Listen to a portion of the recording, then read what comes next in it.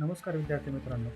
Learn math with Sumit या YouTube चॅनलवर मी Sumit sir तुमच्या सगळ्यांचे स्वागत करीत आहे. आजच्या लेक्चरमध्ये आपण पाहणार आहोत क्लास 8चा फर्स्ट टॉपिक म्हणजेच काय तर रॅशनल नंबर आणि इरॅशनल नंबर. रॅशनल नंबर आणि इरॅशनल नंबर काय आहेत हे पाहणार आहोत. त्याचसोबत याला रिप्रेझेंट कशा प्रकारे आपण नंबर लाईनवर केलं जातं तेही बघून घेऊया. सर्वात प्रथम रॅशनल आणि इरॅशनल नंबर बघण्यापूर्वी आपण एक नंबर सिस्टीम बघूयात. नंबर सिस्टीम म्हणजे काय तर अशी एक सिस्टीम ज्याच्यामध्ये आपण नंबर रिप्रेझेंट करतो. म्हणजेच काय, समजा आपण एक अशी रेष काढली, त्या रेषवर आपण एक पॉईंट दिला 0, त्यानंतर 1, 2, 3 असे एक सिंपल पॉईंट आपण काढत गेलो आहोत. ओके. मग त्याच्या निगेटिव्ह साईडला पण काहीतरी पॉईंट असतील. तर ही झाली एक नंबर सिस्टीम. मग हिला कोणती नंबर सिस्टीम बघण्याची, तर हिला एक जनरल नंबर सिस्टीम आता सुद्धा सुरुवातीला आपण म्हणूया. ओके. परंतु या नंबर सिस्टीमचे काही खूप सारे प्रकार आहेत. आपण जी नंबर सिस्टीम बघतो ती इंटरनॅशनल नंबर सिस्टीम. मग त्यातले कोणते प्रकार आपण आता बघूयात, ते चला तर एकदा आपण त्याला रिकॉल करूया. मागच्या आपण क्लासमध्ये आपण ती बघितलेली आहे, तर या क्लासमध्ये तिला रिकॉल करूया. आता सपोज आपण आपल्या आजूबाजूला भरपूर काही अशा प्रकारचे फळं, झाडे, पक्षी किंवा गाडी यांची मोजमाप करतो. मग अशा वेळी जेव्हा आपण मोजमाप करतो किंवा मेजरमेंट करतो, त्याला काउंट करतो. काउंट करताना आपण कुठनं सुरू करतो? तर बेसिकली आपण 1 पासून सुरुवात करतो. ओके. इट इज 1, 2, 3, 4, 5 आणि आपण सो ऑन कंटिन्यू काउंट करत जातो. म्हणजेच काय, तर आपण जी काउंटिंगची प्रोसेस सुरू करतो, ती कशापासून सुरू करतो? तर बाय डिफॉल्ट 1 या नंबरपासून सुरू करतो. मग 1, 2, 3, 4 अशा प्रकारे पुढे जात जातो. मग याच नंबर सिस्टमला आपण याच नंबरला काय म्हणतो आपण 1 पासून इन्फायनाईट यांच्यापर्यंत यांनाच काय म्हणतो आपण नॅचरल नंबर्स. ओके. यांना आपण नॅचरल नंबर्स म्हणतो. मग 0 तर आलाच नाही. हो. कारण हे 0चं इन्व्हेन्शन नंतर झालं म्हणण्यापेक्षा आपण 0 ट्री किंवा 0 गाडी आहे असं कधी म्हणत नाहीये. मग या 0ला जर ॲड केलं याच नॅचरल नंबर सिस्टीममध्ये, तर मग तयार होतो आपला कोणता नंबर सिस्टीम, तर ती होल नंबर. म्हणजेच काय होल नंबर. होल नंबर मग का म्हणतात? कारण की without 0 we can not grow further more than 9. So we have introduced 0 to make it complete and go beyond the 9th. म्हणून आपण त्याला काय केलंय 0 ऍड केलेला आहे. मग 0 ऍड केल्यानंतर काय म्हणतो त्यांना आपण होल नंबर्स असं म्हणतो. बरं. बरं. फक्त होल नंबर्सच आहे का? नाही. मग कधी-कधी तर आपण म्हणतो, "अरे माझं बँक बॅलन्स निगेटिव्हमध्ये गेलं. माझं काही गाडीचे जे टॉर्क होता तो निगेटिव्हमध्ये गेलाय. कारण गाडी पिकअपच घेत नाही माझा." किंवा आपण असं म्हणू शकतो, की "अरे यार, मी लॉसमध्ये गेलोय." लॉसमध्ये गेलोय म्हणजेच काय झालंय, आपण कोणत्यातरी एका लेव्हलपासून खाली गेलोय. म्हणजेच काय, सेकंड साईडला गेलो. म्हणजेच काय, तर निगेटिव्ह साईडला गेलो. म्हणजेच काय, तर आपल्याला नंबर सिस्टीममध्ये फक्त 0 पर्यंतच एक बेसलाईन काउंट करून जमत नाहीये. त्यापेक्षाही खाली जावं लागतं. म्हणजेच काय, जेव्हा एखाद्या नंबर सिस्टीममध्ये आपण निगेटिव्ह नंबर्सही कन्सिडर केल्या जातात पॉझिटिव्ह नंबरच्या सोबतच, तर अशा नंबर सिस्टीमला आपण काय म्हणतो? तर अशा नंबर सिस्टीमला आपण म्हणतो इंटिजर्स. ओके. अशा नंबर सिस्टमला काय म्हणतो आपण इंटिजर्स. इंटिजर म्हणजे असा पूर्ण नंबर. ओके. जेव्हा अशा एखाद्या 1, 2, 3 किंवा -3, -5, -10,000 असं जरी काय असेल, तरी आपण त्यांना काय इंटिजर म्हणतो, की हे पूर्ण अंकी आहे. ओके. याच्यात कोणता डॉट नाही किंवा काही नाही. मग हे इंटिजर. परंतु बँक बॅलन्स तर कधी आपण बघतो, तर ते निगेटिव्हमध्ये असतं, पॉइंट समथिंगमध्ये असतं, काही पैशांमध्ये पण असतं. म्हणजे माझ्याकडे किती आहेत बाबा ₹4,300 आहेत, ₹4,302 आहेत, ₹4,307 आहेत. पॉइंटच्या समोर काहीतरी एखादी नंबर असते. मग अशा वेळेस आपण त्याला काय म्हणतो, एक याच्यामध्ये असतं. मग त्यामध्ये आपण काय म्हणतो, त्यांना आपण रॅशनल नंबर म्हणतो. आता आपण कळालं कसा रॅशनल नंबरपर्यंत पोहोचलोय. रॅशनल नंबर म्हणजे असा नंबर. रॅशनल नंबर म्हणजे असे नंबर जे आपण एका फॉर्ममध्ये लिहू शकतो. कोणत्या m/n अशा फॉर्ममध्ये लिहू शकतो. यांना आपण काय म्हणतो नॅचरल नंबर. पण इथं एक अट आहे. कोणती अट आहे? तर या नॅचरल नंबरला m आणि n कोणतेही पॉझिटिव्ह नंबर m आणि n कोणते इंटिजर असले पाहिजे. काय म्हटले पाहिजे? इंटिजर असले पाहिजे. पण n ची value is not equals to 0 असली पाहिजे. जेव्हा डिनॉमिनेटरची व्हॅल्यू किंवा n ची व्हॅल्यू ही 0 नसेल, अशानं कोणताही नंबर जर तयार झाला, तर त्या नंबरला आपण काय म्हणतो? रॅशनल नंबर असं म्हणतो. ओके. मग रॅशनल नंबर कळाला. पण त्यानंतरही पुढे जाण्यापूर्वी आपण एक काही कन्सेप्ट लक्षात घेऊयात. मी M/N असं सांगितलं, त्याच M/Nच्या फॉर्मला आपण काहीतरी म्हणतो. काय म्हणतो ते एकदा बघून घेऊयात. M/N जेव्हा म्हणतो, याला आपण म्हणतो न्यूमरेटर. न्यूमरेटर आपण याला म्हणतो. एमला काय म्हणतो? न्यूमरेटर. आणि याला काय म्हणतो? डिनॉमिनेटर. डिनॉमिनेटर. ओके, माझी स्पेलिंग चुकली आहे, परत माफ करा. न्यूमरेटर. ओके, सॉरी, बरोबर होती. न्यूमरेटर आणि खालचा जो असेल तर त्याला आपण काय म्हणतो? डिनॉमिनेटर.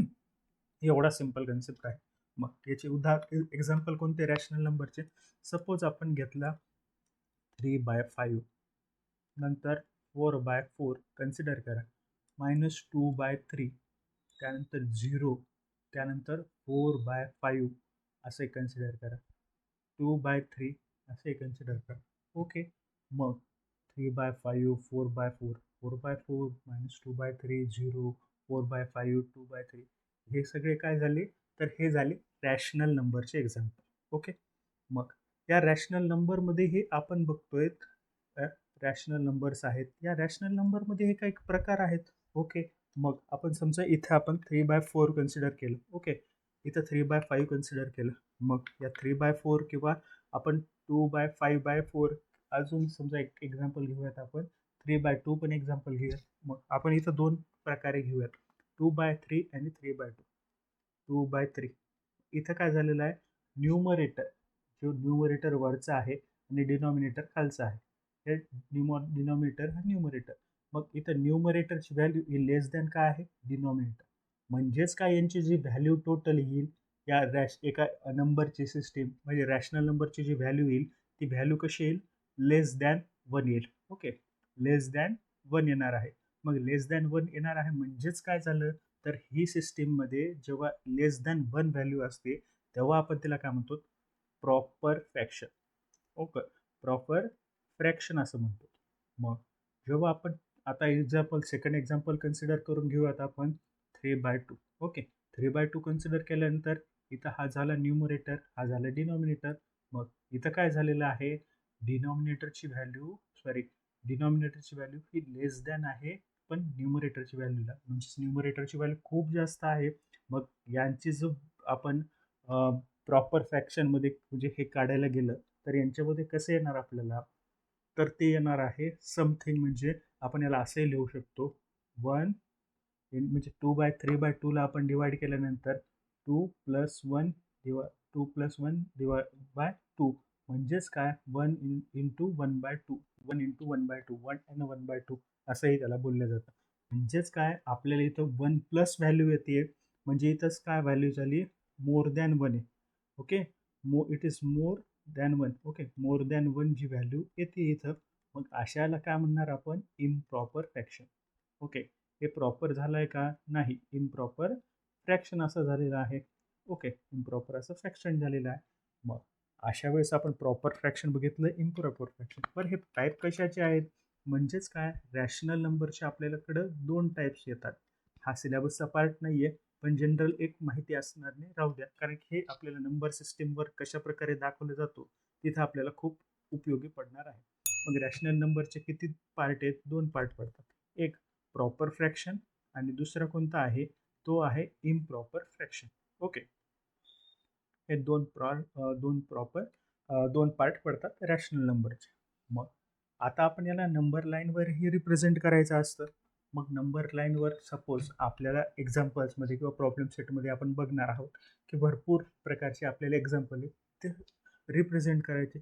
सपोज आपण एक असं एक्झाम्पल घेऊयात, एक सोपं एक्झाम्पल घेऊयात आपण सुरुवातीला, -2/3, त्यानंतर 0, 4/3, त्यानंतर 5/3, 7/3 असे काहीतरी एक्झाम्पल आहेत आणि ह्यांना आपल्याला रिप्रेझेंट करायचे नंबर सिस्टीम. आता इथे एक बेसिक ट्रिक आहे, सगळ्यांनी लक्षात ठेवा. बेसिक ट्रिक कोणती आहे?